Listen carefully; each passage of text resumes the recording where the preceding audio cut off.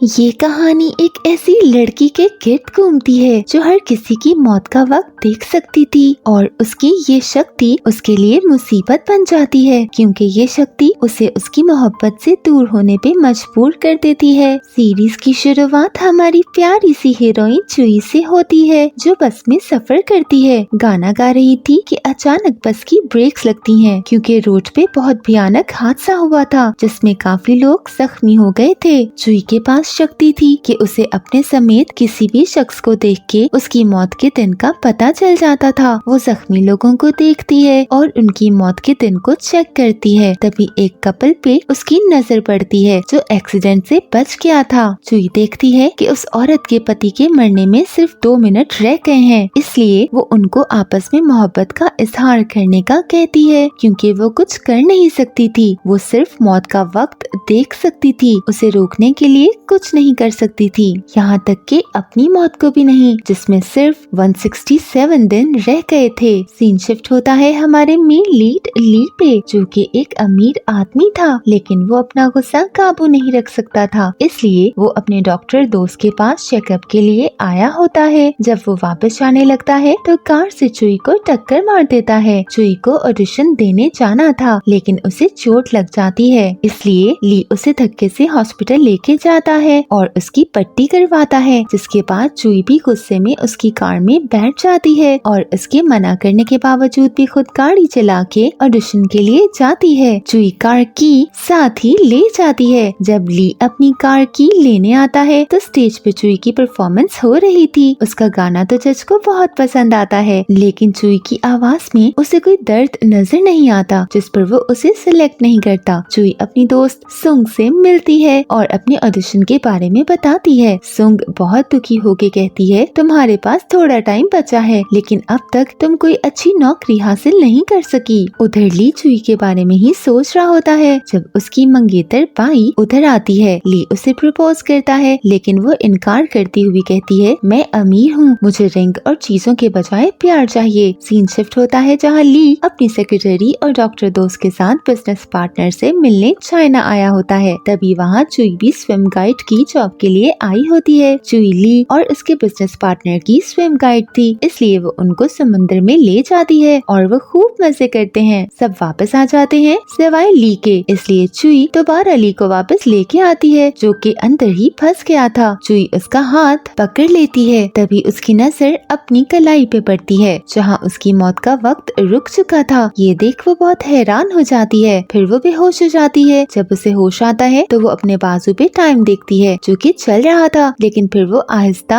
होना शुरू हो जाता है और फिर बिल्कुल ही रुक जाता है। तभी वहाँ ली आ जाता है, जिसे देख चुई को यकीन हो जाता है कि ली की वजह से ही उसकी मौत का क्लॉक रुक जाता है। ली जाता है तो उसका डेथ क्लॉक दोबारा शुरू हो जाता है। ली ड्राइवर रखने के लिए इंटरव्यू रखता है तो चुई वहाँ इंटरव्यू देने आती है क्योंकि ली के साथ उसका डेथ क्लॉक रुक जाता था। ली चुई को रिजेक्ट कर देता है क्योंकि उसने चुई की खतरनाक ड्राइविंग देखी हुई थी। रात को चुई ली की कार के सामने आती है। ली कार से बाहर आता है तो चुई उसे कहती है कि मुझे तुम्हारी जरूरत है, तुम ही मेरी उम्मीद हो। ली चुई को ड्राइवर की जॉब पे रख लेता है। अगले दिन चुई ली को एक मीटिंग पे रेस्टोरेंट लाती है। चुई सेक्रेटरी के साथ खाना खा रही होती है जबकि ली उसकी तरफ देख रहा होता है। ली फिर स्विमिंग करने जाता है और चुई को बताता है कि नहाते वक्त मेरे पास किसी का होना मुझे पसंद नहीं, मगर चुई चोरी छुपे उसके पास जाती है ताकि उसका डेथ क्लॉक रुका रहे। ली चुई को मूवी देखने का कहता है। वो टिकट खरीद कर बाहर आते हैं तो वहाँ चुई की आंटी मिलती है जो हॉस्पिटल में रहती थी क्योंकि उनका बेटा उन्हें टाइम नहीं देता था। वो ली का इंटरव्यू लेना शुरू कर देती है और चुई से कहती है कि ये तुम्हारे लिए ठीक है। ली और चुई फिल्म देखते हैं। चुई और ली जा रहे होते हैं, तभी वहाँ बाई आती है। वो चुई को देख बहुत जेलस होती है क्योंकि चुई उससे खूबसूरत थी। बाई चुई को पैसे देती है और बाहर बैठकर खाना खाने को कहती है, जिससे ली को गुस्सा आ जाता है। ली उठता है और चुई का हाथ पकड़ वहाँ से चला जाता है। चुई उससे पूछती है, तुम इतने गुस्से में क्यों हो? जिसपे ली उसे कहता है कि मैं तुम्हें पसंद करता हूँ और मैं ये नहीं बर्दाश्त कर सकता कि कोई तुम्हारी बेइज्जती करे। चुई बहुत हैरान होती है और ली से कहती है कि मैं तुम्हारे साथ रोमांस नहीं करना चाहती, और ये कहकर वो वहाँ से चली जाती है। अगले दिन ली अपने बड़े भाई को लेने एयरपोर्ट जाता है। ली का भाई चुई को देखकर हैरान होता है। घर आके ली का भाई चुई को बताता है कि वो बचपन में लड़कियों से दूर रहा करता था। फिर वो सोने चला जाता है। अगले दिन चुई ऑफिस में बैठी होती है। वहाँ बाई आती है और उसे ली की जॉब छोड़ने का कहती है। ये देखकर चुई हैरान होती है। अगले दिन ली अपने डॉक्टर के पास होता है और चुई ली के पास जा रही होती है। वहाँ वो एक आदमी को देखती है जिसका डेथ क्लॉक कभी 54 साल और कभी 6 मिनट हो रहा था। चुई उसका पीछा करती है जो ली के डॉक्टर के पास जाता है और डॉक्टर के गले पर चाकू रखकर उसे कहता है कि तुम्हारी वजह से मेरी तलाक हो गई है। चुई उस आदमी को कहती है कि अगर तुमने डॉक्टर को मार दिया तो तुम जेल में चले जाओगे, फिर तुम्हारी बीवी बच्चों का क्या बनेगा। चुई उस आदमी की तरफ भागती है। वो चुई को चाकू मारने लगता है तो ली सामने आ जाता है और चाकू उसे लग जाता है। हॉस्पिटल में चुई ली को अपने बारे में सारी बात बता देती है। ये सब बातें सुन ली उसे किस करता है। तब चुई का डेथ टाइम 87 दिन था। किस करते ही वो ज्यादा होने लगता है। चुई ली से डेटिंग करने पर राजी हो जाती है, लेकिन इस शर्त पे कि जब चुई चाहेगी ब्रेकअप कर लेगी। बाई ली से मिलने आती है जहाँ ली उसे चुई के साथ डेटिंग के बारे में सब बता देता है। बाई उसे कहती है मैं फिर भी तुम्हारा इंतजार करूंगी। ली चुई से पूछता है कि तुम्हारे पास ये शक्ति कहाँ से आई, जिसपे चुई उसे कहती है क्या तुम्हें मुझ पर यकीन नहीं है, जिसपे ली उसे बताता है कि ऐसी बात नहीं है। चुई ली के घर शिफ्ट हो जाती है। ली उसके लिए अपने रूम के साथ वाला रूम तैयार करवाता है ताकि उसका डेथ क्लॉक रुका रहे। ली और चुई आंटी और उनके बॉयफ्रेंड के साथ पिकनिक पर जाते हैं। वहाँ चुई की आंटी और उनके बॉयफ्रेंड डांस करने लगते हैं तो चुई और ली भी डांस करते हैं। चुई की आंटी उससे पूछती है कि ये शक्ति तुम्हारे पास कैसे आई, जिसपे वो बताती है कि बचपन में वो अपनी दादी के साथ खेल रही थी, तभी एक कार मेरी तरफ आई। दादी मुझे बचा लेती है लेकिन खुद मर जाती है। तब से ही उसे सबका डेथ क्लॉक नजर आने लगा है। यहाँ हमें दिखाया जाता है कि चुई की आंटी को भी सबका डेथ क्लॉक नजर आता है, लेकिन वो किसी को इस बारे में नहीं बताती। ली का क्लॉक 61 साल जबकि चुई का क्लॉक सिर्फ 86 दिन दिखा रहा था। सीन शिफ्ट होते हैं ली के म्यूजिक डायरेक्टर पर, जो अपनी टीम को बताता है कि वो सिंगर को सिलेक्ट करेंगे। फिर ली और चुई ऑफिस आते हैं और चुई ऑडिशन देने आती है और उसको सिलेक्ट कर लिया जाता है। चुई फ्रेश होने बाहर आती है तो ली भी वहाँ आता है। तभी सामने से एक लड़की आ रही होती है जिसे देख ली हैरान हो जाता है। बाई उसे वेलकम करने आती है क्योंकि वो किम थी जो कि उनकी मेन सिंगर थी। बाई कहती है आपका शुक्रिया, आपने सारी ऑफर्स ठुकरा के हमारी कंपनी को ज्वाइन किया। ली वहाँ से अचानक चला जाता है। बाई कहती है कि चुई आपके अंडर काम करेगी, लेकिन किम कहती है कि मुझे इसकी जरूरत नहीं है, जिसपे डायरेक्टर कहता है कि ये फैसला करना एक्टर का काम नहीं है। चुई की नजर उसकी कलाई पे पड़ती है तो ये देख के हैरान रह जाती है कि किम की मौत में भी 86 दिन रह गए हैं। फिर हमें दिखाया जाता है कि किम ली की गर्लफ्रेंड थी। वो ली को बताती है कि मुझे काम से निकाल दिया गया है जबकि मैंने बहुत मेहनत से काम लिया था। फिर दिखाया जाता है कि किम खुदकुशी कर लेती है लेकिन बच जाती है। ली उसे पूछता है कि आखिर तुमने ऐसा क्यों किया। सीन शिफ्ट होता है और बाई ली के ऑफिस आती है। ली कहता है तुमने इसे क्यों बुलाया है, जिसपे बाई कहती है कि तुम्हारी पहली गर्लफ्रेंड से अच्छा गिफ्ट क्या हो सकता है। बाई चुई को चाय पे बुलाती है और कहती है मेरा गिफ्ट कैसा लगा, जिसपे चुई कहती है मैं समझी नहीं। बाई कहती है किम ली की पहली मोहब्बत है। ये सुन चुई बहुत दुखी होती है। घर आकर वो ली से सीधे मुंह बात भी नहीं करती। किम गाना गा रही थी लेकिन डायरेक्टर को उसका काम पसंद नहीं आता। वो चुई को वही गाना गाने का कहता है जिससे वो बहुत अच्छे से गाती है। किम ली को खाने पे ले जाती है जिसे देख चुई बहुत दुखी होती है। खाने पे ली किम से पूछता है कि तुम मुझे क्यों छोड़ गई थी, जिसपे वो कहती है कि तुम्हारे डैड की तरफ से बहुत प्रेशर था।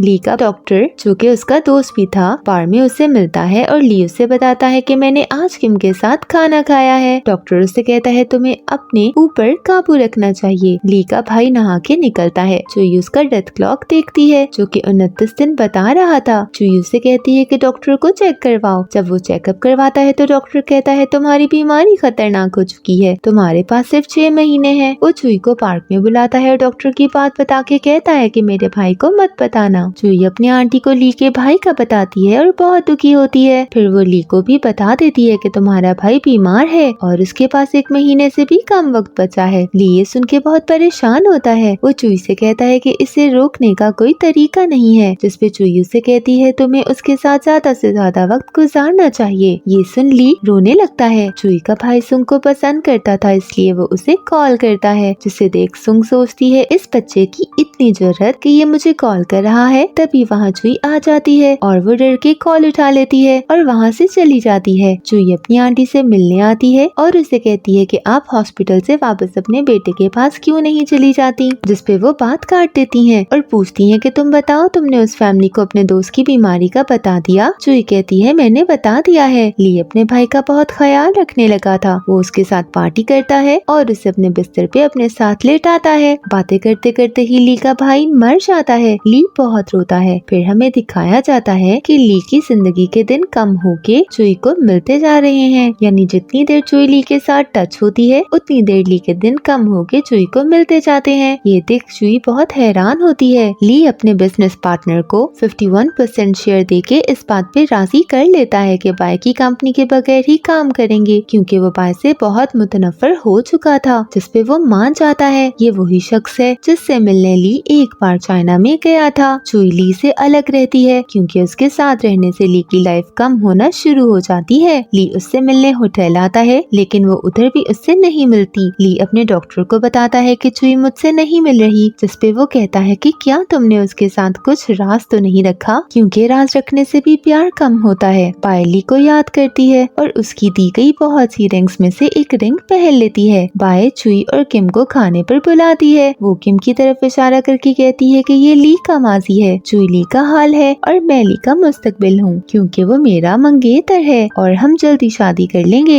ये सुन के चुई बहुत हैरान और दुखी हो जाते हैं। ली चुई को कॉल करता है, लेकिन वो कॉल नहीं उठाती। तभी चुई को ख्याल आता है ली ने कहा था जब तक हम ब्रेकअप ना कर लें और किसी भी वजह से मुझे ना छोड़ना, इसलिए वो वापस उसके पास आ जाती है और नाश्ता बनाती है। ली उसे देख हैरान रह जाता है। वो दोनों ड्रॉनी मूवी देखते हैं, जिसे देख ली डरता है, इसलिए चुई उसके साथ जुड़ बैठ जाती है। ली कहता है ऐसे किसी के साथ बैठना खतरनाक है। ली चुई को किस करता है, फिर वो चुई की गोद में सर रख सो जाता है। सुबह उठ के चुई चली जाती है। जब ली उससे पूछता है तो चुई उससे ब्रेकअप कर लेती है। ली उसका कारण पूछता है, लेकिन उसे कुछ नहीं बताती। किम ली से मिलती है और उसे बताती है कि माजी में जब मैं तुम्हें छोड़ गई उसका कारण तुम्हारे डैड थे। वो मुझे फोर्स कर रहे थे कि मैं तुम्हें छोड़ दूं, इसलिए मैंने उनसे पैसे लिए और खामोशी से चली गई, जिस वजह से तुम आज तक बीमार हो। मैं इसके लिए माफी चाहती हूँ। ली चुई की फ्रेंड सुंग से मिलता है और उससे पूछता है कि चुई ने मुझसे क्यों ब्रेकअप किया, तुम्हें उसने कुछ बताया है? जिसपे वो कहती है मैं उससे पूछूंगी। जब सुंग चुई से ब्रेकअप का कारण पूछती है तो वो बताती है कि मेरा उसके साथ रहना उसके लिए सही नहीं है, इसलिए मैं उसे छोड़ आई हूँ। बाय ली के डैड से मिलती है और ली से शादी के लिए हाँ कह देती है। किम भी कॉन्ट्रैक्ट खत्म कर देती है और काम अधूरा छोड़ के चली जाती है, क्योंकि वो ली की वजह से सही से काम नहीं कर पा रही थी। किम जाते हुए अपने गाने चुई को दे जाती है। ली चुई से मिलता है और उससे पूछता है कि तुमने मुझे क्यों छोड़ा। चुई कहती है तुम अमीर थे, इसलिए मैंने क्लॉक का बहाना करके तुम्हारे साथ ताल्लुक बनाया, लेकिन अब मैं मजीद ऐसा नहीं कर सकती। मैं तुम्हें बिल्कुल पसंद नहीं करती। ये कह के वो चली जाती है, लेकिन ली को एंजाइटी का अटैक आता है और वो गिर जाता है। ली चुई से दोबारा मिलता है और उसे वापस आने का कहता है, जिसपे चुई बहाना बनाते हुए कहती है तुम जब मेरे साथ होते हो मेरा लाइफ टाइम भी तुम ले लेते हो, इसलिए मैं तुम्हारे साथ नहीं रह सकती। चुई सबको रिहर्सल करवाती है। ली चुई के पास से गुजरने लगता है तो चुई चुप हो जाती है। हमें दिखाया जाता है कि उसके पास 72 दिन बाकी रह गए हैं। बाय ली से मिलती है और शादी के लिए कहती है। ली कहता है मैं कभी तुम्हें प्यार नहीं दे पाऊंगा, इसलिए शादी की बात छोड़ दो। बाय ली के घर के बाहर मिलती है और उससे कहती है तुम मुझसे बेशक शादी ना करो, लेकिन मेरे साथ एक दोस्त और पार्टनर बन के रह ही सकते हो। चुई वहाँ से चली जाती है। ली बाय को कहता है सॉरी मैं ये भी नहीं कर सकता। जब किसी तरह दाल नहीं गलती तो बाय एक नए रूप में नजर आती है और ली को कंपनी तबाह करने की धमकी देकर शादी करने का कहती है। ली का भाई भी उसे कॉल करके कहता है इसकी बात मान लो वरना हम तबाह हो जाएंगे। डायरेक्टर चुई को मिलता है और उससे हीरोइन के बारे में मशवरा करता है। चुई कहती है मुझे मौका चाहिए। बाय के कहने पे ली का बिजनेस पार्टनर कॉन्ट्रैक्ट खत्म कर देता है। ली भी उसको करारा जवाब देता है और उसके बगैर ही काम करने की ठान लेता है। चुई के मोबाइल पे मैसेज आता है कि उसकी आंटी की डेथ हो गई है। ये सुन वो बहुत रोती है और उनकी तरफ जाती है। रास्ते में उसे ली भी मिलता है। वो दोनों इकट्ठे घर में दाखिल होते हैं तो ये देख हैरान रह जाते हैं कि ये एक मजाक था और चुई की आंटी जिंदा सलामत थी और ये नाटक उन्होंने सबसे मिलने के लिए किया था। पार्टी के बाद चुई की आंटी कहती हैं तुम इसलिए ब्रेकअप कर रही हो ना क्योंकि उसके साथ रहने से उसकी लाइफ कम हो रही है ये सुन चुई हैरान रह जाती है, जिसपे आंटी बताती है तुम क्या समझी कि डेथ क्लॉक सिर्फ तुम ही देख सकती हो। ली सुंग को बुलाता है और उससे सख्ती से पूछता है कि आखिर क्या वजह है कि चुई मुझसे नहीं मिलना चाहती। बातों बातों में सुंग बता देती है कि वो आपसे बहुत प्यार करती है और सिर्फ आपकी भलाई के लिए आपसे दूर है। ये सुन ली हैरान रह जाता है और पूछता है कि क्या उसे कुछ नहीं होता, जिसपे सुंग कहती है उसे कुछ नहीं होता। इस बात से ली को चुई का झूठ पता चल जाता है। ली चुई को अपने ऑफिस लाता है और उससे कहता है कि मेरा क्लॉक देख के मेरा डेथ टाइम बताओ। पहले तो चुई टालती है, लेकिन फिर उसे बता देती है कि 60 साल 333 दिन पड़े हैं, लेकिन फिर गुस्से में उधर से चली जाती है। सीन चुई के भाई और सुंग पे शिफ्ट होता है, जिनका इश्क चल ही रहा था। सुंग उससे पीछा छुड़ाने की कोशिश करती है, लेकिन लड़का उसका पीछा करता रहता है। आज भी वो उसके घर आया था और चिकन पे हाथ साफ कर रहा था। ली के डैड उसे बाई से शादी के लिए कहते हैं, लेकिन वो एक बार फिर मना करता है, जिसपे डैड कहते हैं अगर तुम शादी के लिए ना माने तो मैं तुम्हारी कंपनी के फंड बंद कर दूंगा